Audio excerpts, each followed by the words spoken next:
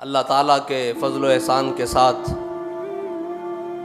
اور اس کے خاص فضل کے ساتھ ہم نے اپنی زندگی میں رمضان المبارک کے مہینے کو پایا۔ وہ رمضان کہ جس میں مومن کا ہر عمل صالح عبادت بن جاتا ہے، اس لیے کہ مومن اگر سوئے تو وہ یہ سوچ کر سوتا ہے کہ اٹھ کر میں نے ساری کرنی ہے، تو اس کا سونا بھی عبادت، اور جب وہ ساری کر لیتا ہے تو پھر وہ سوچتا ہے میں نے نماز کے لیے گھر سے نکلنا ہے، تو وہ بھی عبادت، اور جب وہ نماز پڑھ کر واپس آتا ہے تو وہ اپنے کام کاج کے لیے نکلنا چاہتا ہے، اگرچہ وہ کہیں نوکری کرتا ہو، مزدوری کرتا ہو، کاروبار کرتا ہو، کسی بھی کام کے لیے کسی بھی رزق کمانے کی نیت سے گھر سے نکلتا ہے، تو وہ نیت یہ ہوتی ہے کہ شام کو لا کر اپنے بچوں کو افطاری کروانی ہے، تو اس کا گھر سے نکلنا بھی عبادت، اس کے ہر کام میں جلدی یا تاخیر کرنا یہ بھی عبادت۔ تو رمضان وہ مہینہ ہے جس کے اندر اللہ تعالیٰ نے مومن کے ہر عمل صالح کو عبادت بنا دیا ہے، اور اللہ کے فضل سے ہم نے رمضان کو پایا۔ اور میرے آقا و مولا صلی اللہ علیہ وسلم نے فرمایا کہ روزے دار کے لیے دو خوشیاں ہیں، ایک تب کہ جب وہ روزہ افطار کرتا ہے، اور دوسری تب کہ جب وہ اللہ تعالیٰ سے ملاقات کرے گا۔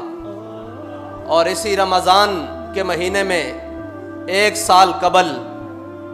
ان لوگوں کو دو خوشیاں اکٹھی ملی کہ جنہوں نے روزہ بھی رکھا ہوا تھا اور افطاری بھی اپنے رب کے ہاں کی اور اپنے رب کی زیارت کی، تو جن کے لیے دو خوشیاں اللہ تعالیٰ نے اکٹھی کی،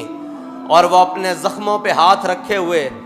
اپنے بہتے ہوئے خون سے جب رب کی بارگاہ میں حاضر ہوئے ہوں گے، تو رب کی رحمت نے بھی جوش مارا ہوگا اور رب کے جلال نے بھی جوش مارا ہوگا کہ کوئی بات نہیں میرے بندو، تم اس حال میں اپنے نبی کی عزت پر پہرا دیتے میری بارگاہ میں آ گئے ہو، تو میں بڑا جلال والا ہوں، میں یہ صلہ رکھوں گا نہیں اپنے پاس، دنیا میں بھی دوں گا جو تمہارے خلاف کھڑے رہے، اور آخرت میں ان کا انجام تو واللہ عزیز ذو انتقام ہوگا۔ اور ہم نے اپنی آنکھوں سے پھر وہ دن دیکھ لیے کہ کالعدم کرنے والے آج خود کالعدم ہو گئے۔